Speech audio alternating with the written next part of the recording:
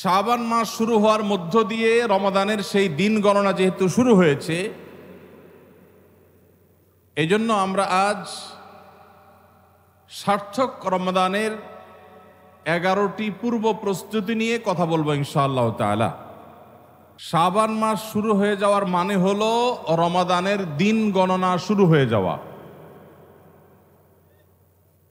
শাবানের প্রথম দিন চলে যাওয়া মানে আর 29 দিন, আর 28 দিন, আর 27 দিন, দ্বিতীয় দিন, তৃতীয় দিন পর এভাবে দিন গণনা করতে করতে রমাদানের যে প্রতীক্ষা, রমাদানের যে প্রহর গোনা, রমাদানের যে অপেক্ষা, সেটা সমাপ্তির দিকে যাবে ইনশাআল্লাহ। আল্লাহ রাব্বুল আলামিন রমাদানের যে বিশাল বড় নেয়ামত মুসলিম মিল্লাতকে দিয়েছেন, এই রমাদানে শুধু ইবাদত বন্দেগী নয়, ইসলামের ইতিহাসের বড় বড় উল্লেখযোগ্য সব বিজয়, সফল অভিযান মুহাম্মদ সাল্লাল্লাহু আলাইহি সাল্লামকে আল্লাহ রাব্বুল আলামিন রমাদানুল করিমেই দান করেছেন। এই জন্য রমাদান আমাদের কাছে খুবই গুরুত্বপূর্ণ।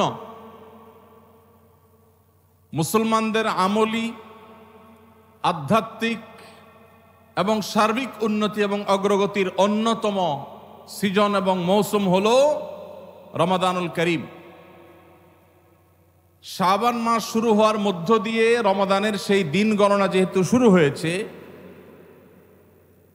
এজন্য আমরা আজ সার্থক রমাদানের 11টি পূর্ব প্রস্তুতি নিয়ে কথা বলবো ইনশাআল্লাহ তাআলা। আল্লাহ সুবহানাহু ওয়া তাআলা কোরআনে কারিমে বলেছেন, ওয়ালাউ আরাদুল খুরুজ লা আ'আদ্দু লাহু উদ্দাহ। কিছু লোক নবী করিম সাল্লাল্লাহু আলাইহি সাল্লাম যখন তাবুকের যুদ্ধে অংশগ্রহণ করবার জন্য ডাক দিয়েছিলেন, তারা সে যুদ্ধে শামিল না হয়ে মদিনায় অবস্থান করেছিল। এর মধ্যে অনেকেই নানা রকমের অজুহাত, নানা রকমের আপত্তি, নানা রকমের বিভিন্ন কারণ দর্শিয়ে তারা এই যুদ্ধ থেকে পিছপা হয়েছিল। আল্লাহ রাব্বুল আলামিন কোরআনে কারিমে আয়াত নাজিল করে তাদের সে ঘড়িমসির আসল কারণ উল্লেখ করেছেন। আল্লাহ সুবহানাহু ওয়া তাআলা বলেছেন, ওয়ালাউ আরাদুল খুরুজ লা আ'আদ্দু লাহু উদ্দাহ। যদি সত্যি আল্লাহর রাহে জিহাদের ময়দানে যাওয়ার সদিচ্ছা তাদের থাকতো, তাহলে তারা আগে থেকে প্রস্তুতি গ্রহণ করত। যারা নানা রকম অজুহাত দাঁড় করাচ্ছে, এদের আসলে তাবুকের জিহাদে শামিল হওয়ার সেই সদিচ্ছাই ছিল না। যদি সদিচ্ছা থাকতো, আগে থেকে তারা প্ল্যান, প্রোগ্রাম, পরিকল্পনা সেগুলো তারা করত। ঠিক একইভাবে, একটু বন্ধ করলে ভালো হবে, আওয়াজ কমানো।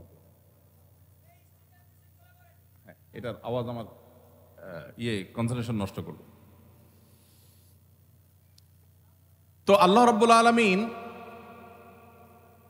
ঠিক একইভাবে রমজান মাসের যে ইবাদতের বিশাল বড় অপার সম্ভাবনা আমাদেরকে দান করেছেন, এই সম্ভাবনাকে কাজে লাগাতে হলে তার জন্য যথাযথ প্রস্তুতি গ্রহণ করা জরুরি।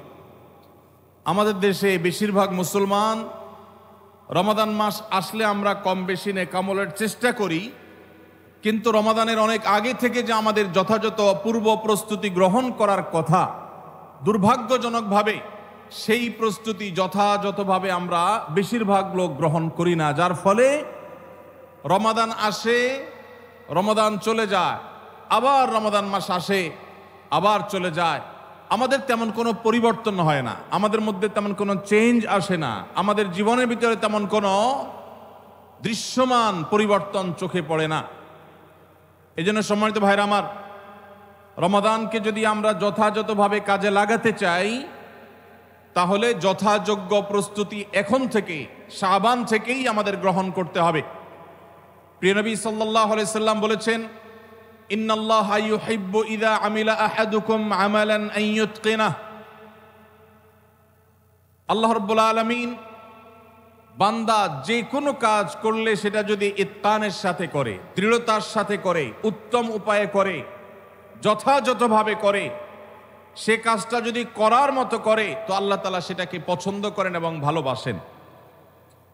আমরা যদি রমাদান মাসে সিয়াম এবং কিয়াম, রোজা এবং তারাবি, অন্যান্য আমল ইবাদত বন্দিগি গতানুগতিকভাবে করে শেষ করি, আমরা যদি দায় সারাভাবে শেষ করি, তাহলে এটা আল্লাহ তাআলার প্রিয় পাত্রে আমাদেরকে শামিল করবে না। আর যদি রমাদানের প্রত্যেকটি ইবাদত বন্দিগি এটা হয় ইতকানের সাথে, এটা হয় দৃঢ়তার সাথে, এটা হয় সুন্দরতম উপায়ে, এটা হয় যথাযথভাবে, তাহলে সেই ইবাদত আমাদেরকে আল্লাহর প্রিয় পাত্রে পরিণত করবে ইনশাআল্লাহ। প্রিয় ভাইরা আমার, রমাদান মাসের সেই ইবাদত বন্দিগিগুলোকে যথাযথভাবে করবার প্রয়োজনেই আগে থেকেই আমাদের যথাযথ প্রস্তুতিও থাকতে হবে। কারণ কথায় আছে, যে কোনো কাজের যথোপযুক্ত এবং প্রয়োজনীয় প্রস্তুতি গ্রহণ করা মানে হলো সেই কাজটির অর্ধপূর্ণতা। যে কোনো কাজ প্রস্তুতি যত ভালো হয় কাজটা তত ভালো হয়, প্রস্তুতি যত নরমাল হয়, খারাপ হয়, কাজটা তত খারাপ হয়। এই জন্য আমরা রমাদান মাসকে যদি অর্থবহ এবং আমাদের লাইফ চেঞ্জিং ইবাদতের মৌসুম হিসাবে, সিজন হিসাবে গ্রহণ করতে চাই, তাহলে এখন থেকে তার জন্য আমাদের সুনির্দিষ্ট প্ল্যান, পরিকল্পনা থাকতে হবে, প্রস্তুতি থাকতে হবে। আল্লাহ রাব্বুল আলামিন আমাদের সবাইকে সেই তৌফিক দান করুন। এই যে রমাদান আসছে আর কয়দিন পর, কারা কারা এই রমাদানকে সবচেয়ে সুন্দরভাবে ব্যবহার করতে চান একটু হাত তোলেন। আল্লাহ রাব্বুল আলামিন আমাদের সবার হাতগুলো কবুল আর মঞ্জুর করুন, বলুন আমিন। আল্লাহ আমাদেরকে রমাদানকে সর্বোচ্চ ভালোভাবে ব্যবহার করার তৌফিক দান করুন। ভাইরা আমার, এই রমাদান মাস আসার বহু আগে থেকেই আমাদের সোনালী যুগের স্বর্ণ মানবেরা যারা ছিলেন, মুহাম্মদুর রাসূলুল্লাহ সাল্লাল্লাহু আলাইহি ওয়াসাল্লামের হাতে গড়া সাহাবা একরাম, সাহাবীদের শিষ্যত্ব পাওয়া, সান্নিধ্য পাওয়া, তাদের সান্নিধ্যের সৌরভে স্নিগ্ধ হওয়া সেই তাবেঈগণ, তারা রমাদানের যথেষ্ট আগে থেকে সুনির্দিষ্ট প্ল্যান প্রোগ্রাম করে প্রস্তুতি গ্রহণ করতেন। একজন প্রখ্যাত তাবেঈ আছেন, সাহাবীদের শিষ্যত্ব পেয়েছেন, এরকম একজন তাবেঈ আছেন যার নাম ছিল মুআল্লা ইবনে ইয়াজিদ। তিনি বলেছেন, সালাফ বা পূর্বসূরিগণ অর্থাৎ সাহাবী তাবেঈগণ তারা রমজানের 6 মাস আগে থেকে, রমজান আসার 6 মাস আগে থেকে আল্লাহর কাছে দোয়া করতেন, রোনাজারি করতেন, কান্নাকাটি করতেন এই মর্মে যে আল্লাহ, রমাদান মাস পর্যন্ত আমার হায়াত বাড়িয়ে দাও, আমি যেন রমজান পাই, রমজানকে যেন সুযোগকে যেন কাজে লাগাতে পারি, রমজানের সুবর্ণ সুযোগ যেন আমার হেলায় হারিয়ে না যায়, সেজন্য আল্লাহর কাছে আগে থেকে এই নিয়ামত প্রাপ্তির জন্য দোয়া করতেন। আর রমজানের পরে বাকি যে 6 মাস, এই 6 মাস তারা দোয়া করতেন, আল্লাহ রমজানে যে সমস্ত আমল ইবাদত, যে সমস্ত নেকামল বন্দিগি আপনি করার তৌফিক দিয়েছেন, সেগুলো যেন আপনি মেহেরবানি করে কবুল এবং মঞ্জুর করেন, অ্যাকসেপ্ট করেন, আপনি যেন সেগুলোকে গ্রহণ করে নেন, সেজন্য 6 মাস তারা দোয়া করতেন। তাহলে দেখা গেল সালাফে সালেহিন, তাদের কাছে রমাদান এত গুরুত্বপূর্ণ ছিল যে রমজানের আগের 6 মাস এবং পরের 6 মাস রমজান ভাবনায় তারা সবসময় ডুবন্ত ছিলেন, নিমজ্জিত ছিলেন, এর মধ্যেই তারা সবসময় মগ্ন থাকতেন। অথচ আমাদের শাবানের 10, 15, 20 দিন চলে গেলেও রমাদানের আবহ আমাদের অনেকের জীবনে, আমাদের অনেকের লাইফস্টাইলে, আমাদের অনেকের প্ল্যান পরিকল্পনার মধ্যে দেখা যায় না। এজন্য ভাইরা আমার, যথাযোগ্যভাবে রমজানকে যদি আমরা কাটাতে চাই, এর সঠিক ব্যবহার যদি করতে চাই, যেই প্রস্তুতিগুলো লাগবে, 11টি প্রস্তুতি যেগুলো আমাদের রমজানকে সার্থক করতে পারে ইনশাআল্লাহ, তার মধ্যে সর্বপ্রথম যে প্রস্তুতিটি দরকার সেটি হলো রমজান মাস শুরু হওয়ার আগে থেকেই, যথেষ্ট আগে থেকেই তওবা এবং ইস্তেগফার করতে হবে। কি করতে হবে ভাই? তওবা ইস্তেগফার কেন করবেন? তওবা ইস্তেগফার তো সারা বছরের রুটিন আমল। রমাদানকে কেন্দ্র করে রমজান মাসকে যদি আপনি সঠিকভাবে ব্যবহার করতে চান, তাহলে কেন আপনাকে তওবা ইস্তেগফার করতে হবে? কারণ হলো তওবা এবং ইস্তেগফার এর মাধ্যমে আমরা আল্লাহর রহমতের উপযুক্ত হব। মক্কার মসজিদুল হারামের ইমাম শেখ আব্দুর রহমান আস-সুদাইস হাফিজাহুল্লাহ, তার কাছে সৌদি আরবের কিছু যুবকরা এসেছিলেন। এসে বললেন, শেখ, প্রতি বছর রমজান আসলেই আমরা অনেক প্ল্যান প্রোগ্রাম করি, অনেক কোরআন খতম দেব, অনেক নেকামল করব, দোয়া রোনাজারি করব, দান সাদাকা করব। দুর্ভাগ্যজনকভাবে সেটা আমাদের আর রমজান মাসে করা হয় না। আফসোস করতে করতে রমজান মাস পার হয়ে যায়। আপনি আমাদেরকে পরামর্শ দিন, কেন আমাদের প্রতি বছর জীবনে রমজান আসে অথচ সেটা সঠিক ব্যবহার করতে পারি না। তখন শেখ সুদাইস তাদেরকে বলেছিলেন, রমাদান মাসে ইবাদত বন্দেগী করতে পারা এটা আল্লাহর নেয়ামত, এটা আল্লাহর অনুগ্রহ, এটা আল্লাহর রহমত। যে রমজান পেয়েও ইবাদত করতে পারলো না সে তো হতভাগা, কপাল পোড়া। এই হতভাগ্যের কাতারে সাধারণত সেই মানুষগুলোই পড়ে যারা আল্লাহর রহমতের উপযুক্ত না। আমরা নানাবিধ অপরাধে, নানাবিধ গুনাহ করে, নানাবিধ নাফরমানি করে আল্লাহর রহমতের উপযুক্ততা আমরা হারিয়ে ফেলেছি, যার কারণে রমজানের ইবাদতের তৌফিক হয় না। এই জন্য তিনি তাদেরকে নসিহা করেছিলেন যে আমি তোমাদেরকে উপদেশ দিচ্ছি, রমজান আসার আগে থেকেই আগের যে সমস্ত গুনাহ খাতা হয়েছে, যে সমস্ত নাফরমানি হয়েছে, আল্লাহর অবাধ্যতা হয়েছে, সেগুলোর জন্য চোখের পানি ফেলে রোনাজারি করে আল্লাহর কাছে ক্ষমা চাও। আল্লাহর কাছে ক্ষমা চেয়ে যদি আগের সবগুলোকে ভ্যানিশ করতে পারো তাহলে আল্লাহর কাছে রহমতের উপযুক্ত হবে। বিষয়টা অনেকটা হালখাতার মতো। আপনার আগের দেনা দায় সব যখন পরিশোধ করে দিয়েছেন, নতুন করে আবার আপনি ধার করার, বাকিতে নেওয়ার উপযুক্ততা আপনার অর্জন হবে। ঠিক একইভাবে আমাদের নানা নাফরমানের কারণে আল্লাহর রহমত থেকে আমরা দূরে সরে গেছি। লানত অর্থাৎ রহমত থেকে দূরে সরে যাওয়া, এটার উপযুক্ত হয়ে গেছি অনেকে। এই জন্য ভাইরা, এখন থেকে রমাদানের প্রস্তুতির নিয়তে আল্লাহর কাছে তওবা করা, গুনাহ মাফ চাওয়া, ইস্তিগফার করা, জীবন পরিবর্তন করবার সংকল্প করা, এটা হবে আমাদের রমাদানের প্রথম প্রস্তুতি। চেষ্টা করব তো ইনশাআল্লাহ। প্রতিদিন যখনই তৌফিক হয় আল্লাহর সাথে একটু কথা বলবেন, আল্লাহ আমার সমস্ত গুনাহগুলো মাফ করে দিন, আমার নাফরমানি মাফ করে দিন, আমাকে আপনি ক্ষমা করে দিন। আমি যদি আপনার রহমতের জন্য কোনো কারণে অনুপযুক্ত হয়ে যাই, আমার কোনো বদবখতির কারণে, আমার কোনো কৃতকর্মের কারণে, তো আপনি সেগুলো মাফ করে দিন। এই যে দোয়া, এই দোয়া আপনাকে রমাদানে আল্লাহর ইবাদত বন্দেগী করার, আল্লাহর কাছে রোনাজারি করার, আল্লাহর কাছে ভালো আমল নিবেদন করার যে তৌফিক, এটার উপযুক্ত করে দিবে ইনশাআল্লাহ। তাহলে রমাদানের প্রস্তুতির প্রথমটি আমরা পেয়ে গেলাম, সেটা হলো আগের গুনাহ খাতাগুলো থেকে ইস্তিগফার করা, তওবা করা, ফিরে আসা। এর মধ্য দিয়ে রমাদান ইবাদতের জন্য নিজেকে প্রস্তুত করব ইনশাআল্লাহ। চেষ্টা করা যাবে না ইনশাআল্লাহ। নাম্বার 2, দ্বিতীয় প্রস্তুতি হলো রমাদান মাসে আল্লাহ রাব্বুল আলামিন এই মাসের যে ফজিলত বর্ণনা করেছেন, কোরআন এবং হাদিস সম্পর্কে যাদের মৌলিক ধারণা আছে, হাদিসে রাসূল সম্পর্কে যাদের একটু ঘাটাঘাটিও আছে, তারা জানেন 2-3টা আমল সম্পর্কে কোরআন এবং সুন্নাহর সবচেয়ে বেশি সংখ্যক ভাষ্য বর্ণিত হয়েছে। সবচেয়ে বেশি সংখ্যক। এত ফজিলতের, এত তাৎপর্যের, এত মর্যাদার হাদিস আর অন্য আমল সম্পর্কে সাধারণত দেখা যায় না। সেই কয়েকটি আমল যেগুলোর ফজিলত বিপুল পরিমাণ, যেগুলোর ফজিলত সম্পর্কিত হাদিসের সংখ্যা অনেক, সেই রকম আমলগুলোর মধ্যে থেকে অন্যতম আমল হলো এই রমাদান কেন্দ্রিক আমল, সিয়াম, রোজা, এগুলোর ফজিলত। তো আমাদের রমাদান কেন্দ্রিক প্রস্তুতি হিসাবে দ্বিতীয়ত যে কাজটি আমরা করতে পারি সেটি হলো এখন থেকেই রমাদান মাসের কি কি ফজিলত আছে, সিয়াম সাধনার কি কি ফজিলত আছে, রমাদানের কি কি আমল আছে, বিশেষ করে ফজিলত এবং মর্যাদার কথাগুলো আলোচনা শুরু করা। এখন থেকে বাসা বাড়িতে গোল হয়ে কোনো নির্দিষ্ট বইকে কেন্দ্র করে পাঠচক্র হতে পারে, গ্রুপ স্টাডি হতে পারে, পর্যালোচনা হতে পারে যে রমাদান মাসের কি কি মাহাত্ম্য আছে। এক একজন এক একটা বললেন।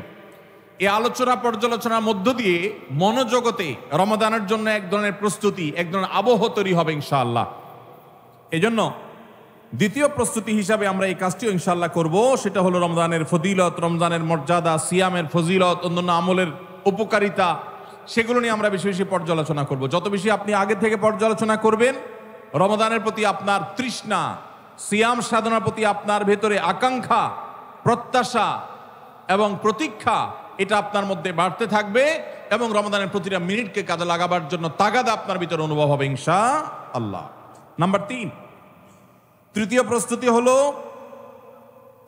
আমাদেরকে প্রতিজ্ঞা করতে হবে এই রমাদানে আমরা নেকামল করবই করব এবং কোনো আমল, কোনো ভালো কাজ, কোনো সুন্নাহ এটা করার ব্যাপারে কোনো প্রকার অলসতা করব না। কারণ ভাইরা আমার, রমজান মাস পেয়েও যদি আল্লাহর কাছে কেউ ক্ষমা না পায়, একটা প্রসিদ্ধ হাদিস আপনারা সবাই কম বেশি শুনেছেন যে নবী সাল্লাল্লাহু আলাইহি সাল্লামের কাছে জিবরিল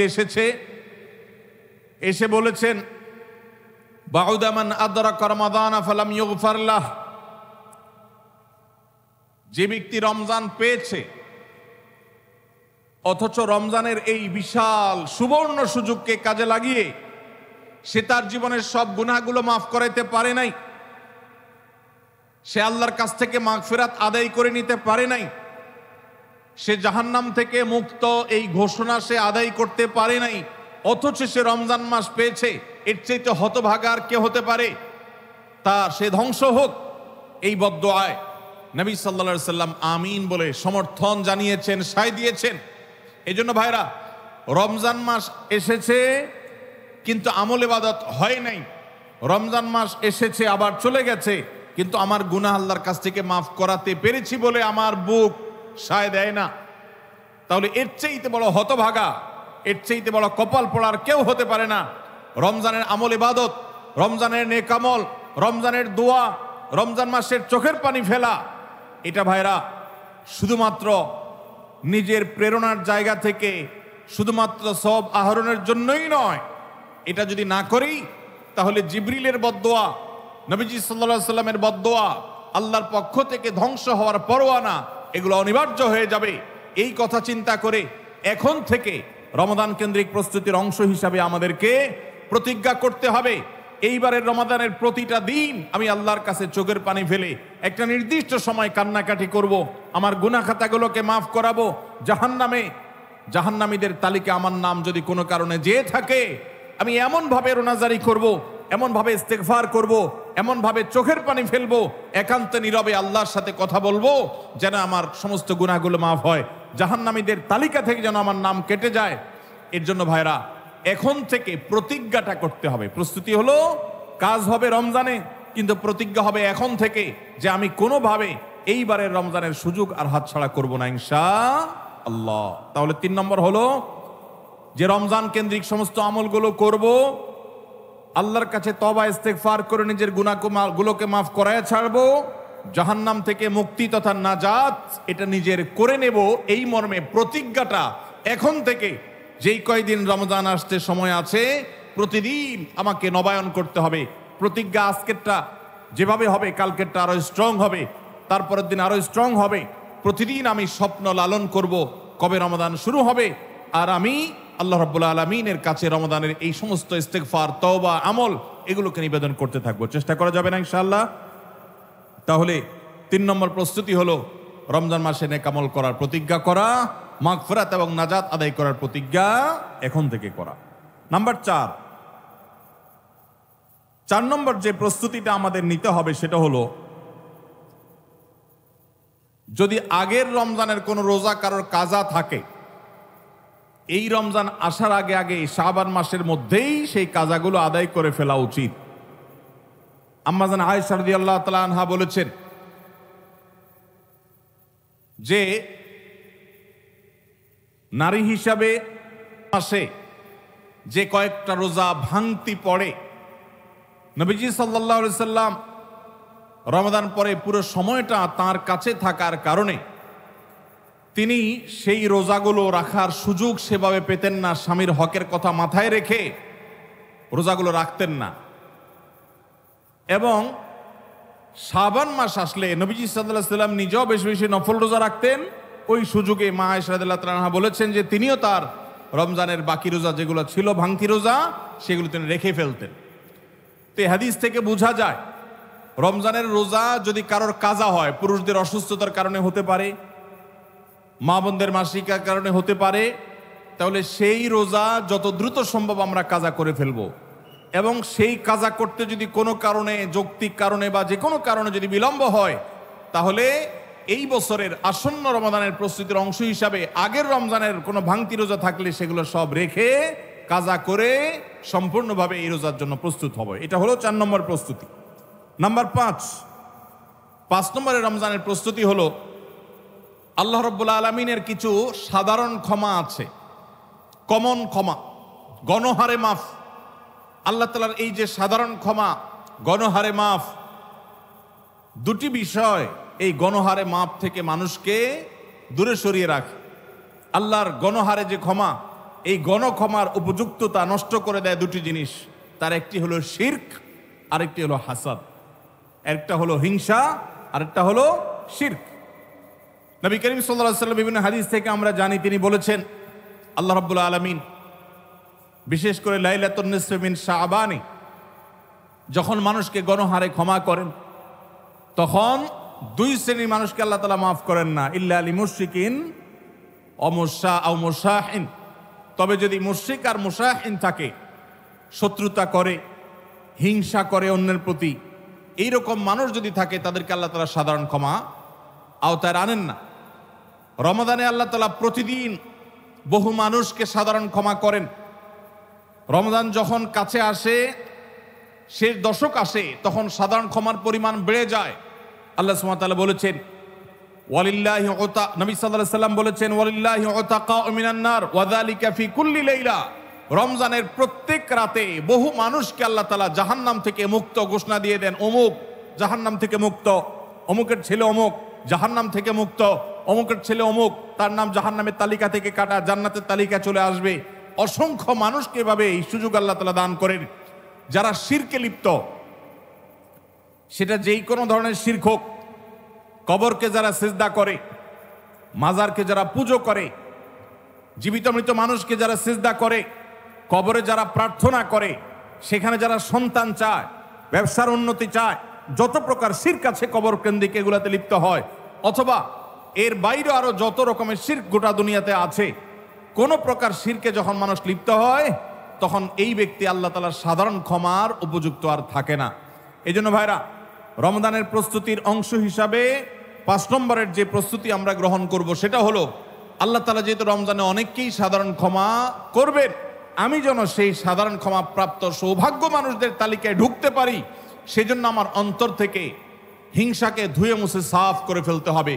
কোনো মুসলমানের কল্যাণ দেখে আমার কষ্ট হবে না, কারোর ভালো দেখে আমার ভেতরে জ্বালা পড়া হবে না। পারলে তার জন্য আরো বেশি দোয়া করব, যে কারোর ভালো হোক আমি আরো ভালো চাইব, কারোর কোনো ক্ষতি আমি চাইব না।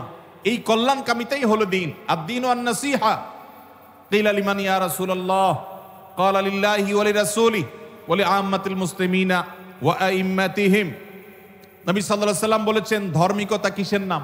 ধার্মিকতা, দিনদারিতা কিসের নাম? ধার্মিকতা হলো কল্যাণকামিতার নাম। আল্লাহ রাব্বুল আলামিনের আদেশ নিষেধ মেনে চলা, নবী সাল্লাল্লাহু আলাইহি সাল্লামের আদেশ নিষেধ মেনে চলা, এটাই হলো তাদের জন্য কল্যাণকামিতা। আর সকল স্তরের সাধারণ মানুষের কল্যাণ চাওয়া, কারোর ক্ষতি না চাওয়া, এটাই হলো দিনদারিতা। যে ব্যক্তি কারোর ক্ষতি চায়, যে মুসলমান আরেক মুসলমানের ভালো দেখলে তার ভেতরে জ্বালা পোড়া করে, অস্থিরতা আসে, সে ভালো মুসলমান না, সে হিংসুক, তার ভিতরে কবিরা গুনাহ আছে। এই জন্য রমজান মাসে আল্লাহর সাধারণ ক্ষমা পেতে হলে অন্তরকে এখন থেকে পরিচ্ছন্ন করতে হবে, চোখটা বন্ধ করে মনে রাখতে হবে, স্মরণ করতে হবে, আমার আশেপাশে এমন কে আছে যার কল্যাণ দেখলে আমার সহ্য হয় না, যার ভালো দেখলে আমার ভিতরে জ্বালা পোড়া করে, যার সুসংবাদ শুনলে আমার ভিতরে খারাপ লাগা কাজ করে, তাহলে বুঝতে হবে তার প্রতি আমার হিংসা আছে। আল্লাহর জন্য নিজের হিংসা থেকে পরিচ্ছন্ন হয়ে অন্তরকে ধুয়ে সাফ করে তারপরে রমজানের সাধারণ ক্ষমার জন্য উপযুক্ত করতে হবে এখন থেকে। ঠিক একইভাবে আমি আমার কথায়, আমার কাজে, আমার বিশ্বাসে কোনো মাধ্যমে আল্লাহর সঙ্গে শিরক করছি কিনা, আরশের মালিকের সাথে শিরক করছি কিনা, আল্লাহ বলেছেন ইন্নাল্লাহা লা ইয়াগফিরু আন ইউশরাকা বিহি ওয়া ইয়াগফিরু মা দুনা যালিকা লিমান ইয়াশা। আল্লাহর সঙ্গে শিরক করা হলে এটা আল্লাহ মাফ করবেন না। শিরকের অপরাধ এটা যদি কেউ করে তওবা ছাড়া মারা যায়, আল্লাহ তাআলা এই অপরাধ ক্ষমা করবেন না, এটা আল্লাহর আগে থেকে দেওয়া ঘোষণা। কোরআনে আল্লাহ আরো বলেছেন, লোকমান হাকিমের উদ্ধৃতি দিয়ে, ইন্না শিরকা লাযুলমুন আযীম, তিনি তার সন্তানকে উপদেশ দিতে গিয়ে বলেছিলেন যে ইন্না শিরকা লাযুলমুন আযীম, শিরক সবচেয়ে বড় অপরাধ। এজন্য ভাইরা, শিরক থেকে পরিচ্ছন্ন না থাকলে রমাদানের কোনো ইবাদত, কোনো আমল আমাদের কাজে আসবে না। এজন্য রমজানের প্রস্তুতি হিসাবে শিরক এবং হিংসা থেকে অন্তরকে পরিচ্ছন্ন করা, পবিত্র করা, এটা হলো আমাদের পঞ্চম প্রস্তুতি। নাম্বার 6,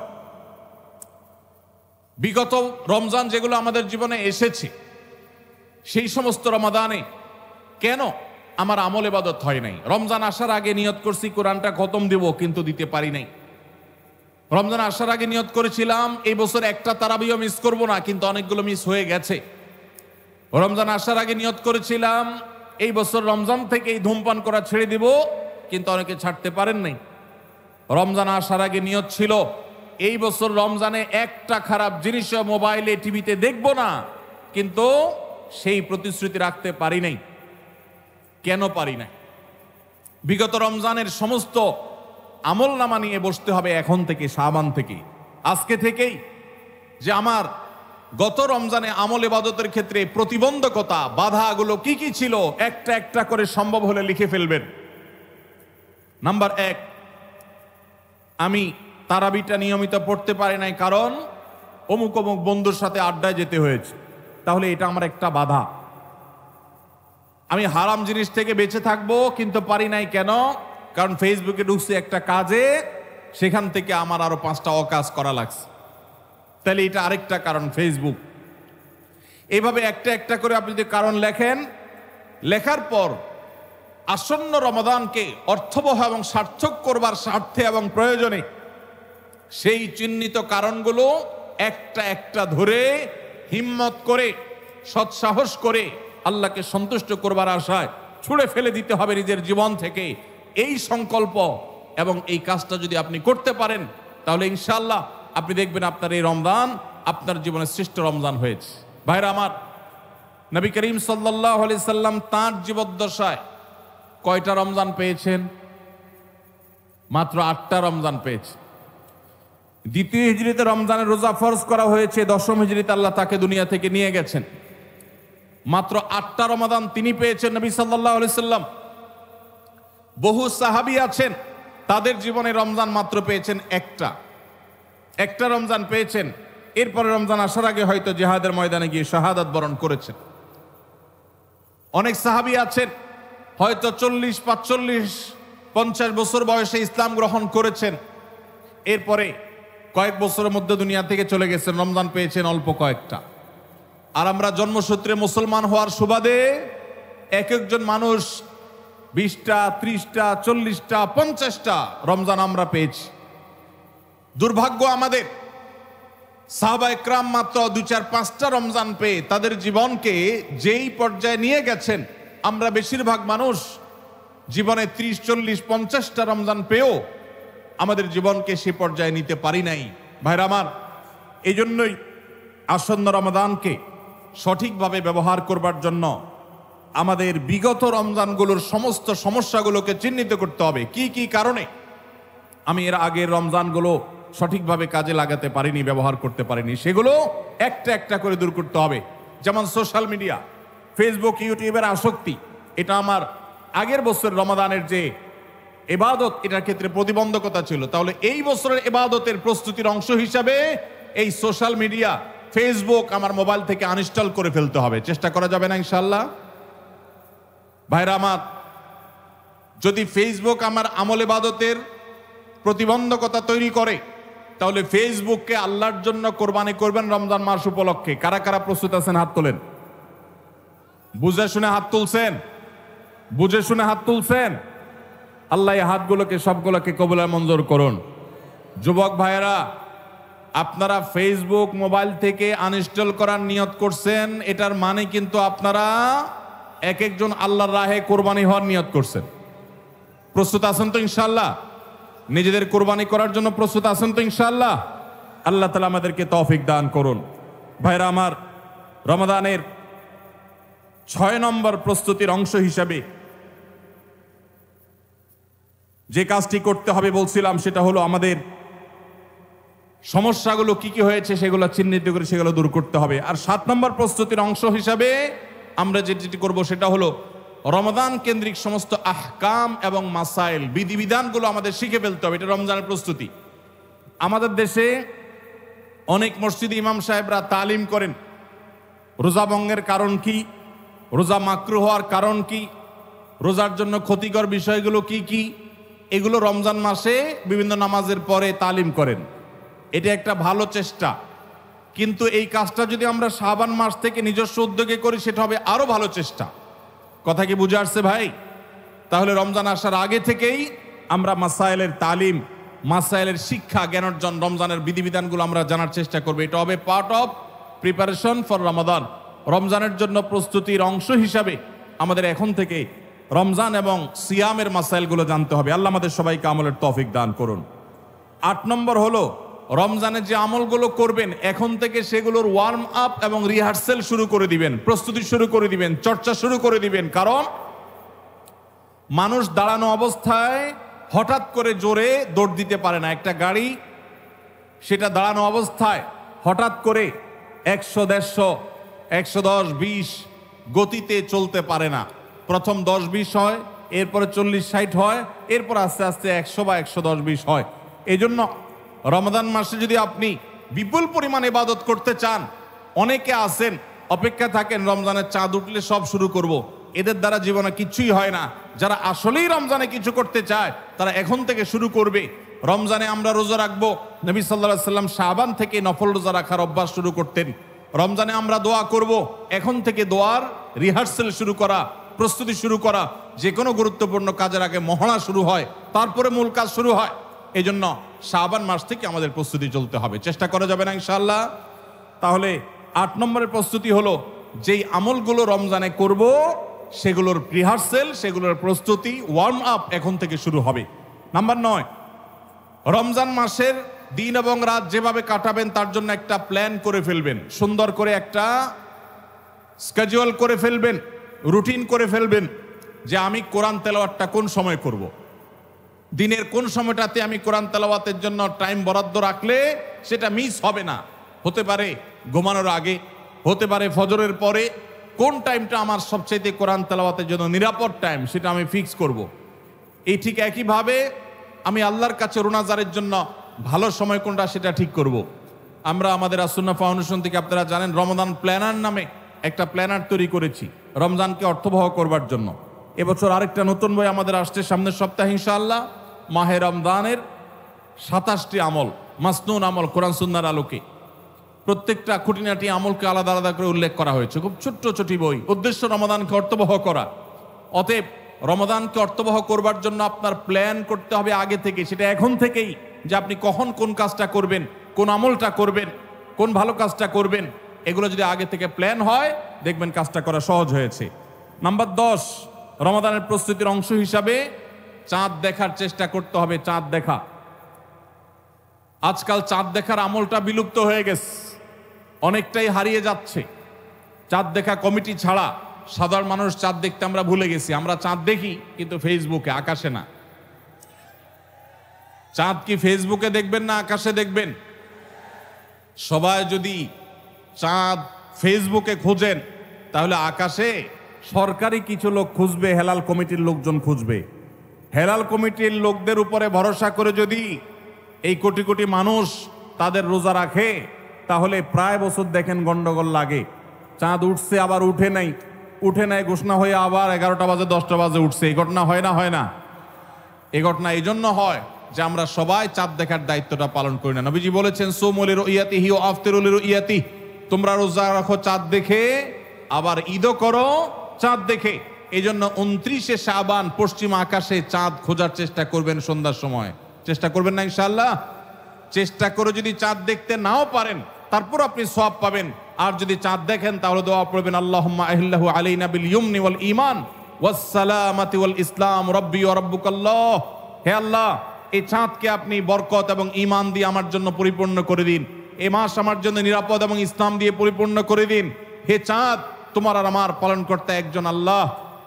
অতএব এই চাঁদ দেখার চেষ্টা করব। এটাও রমাদানের প্রিপারেশন, রমাদানের প্রস্তুতির অংশ।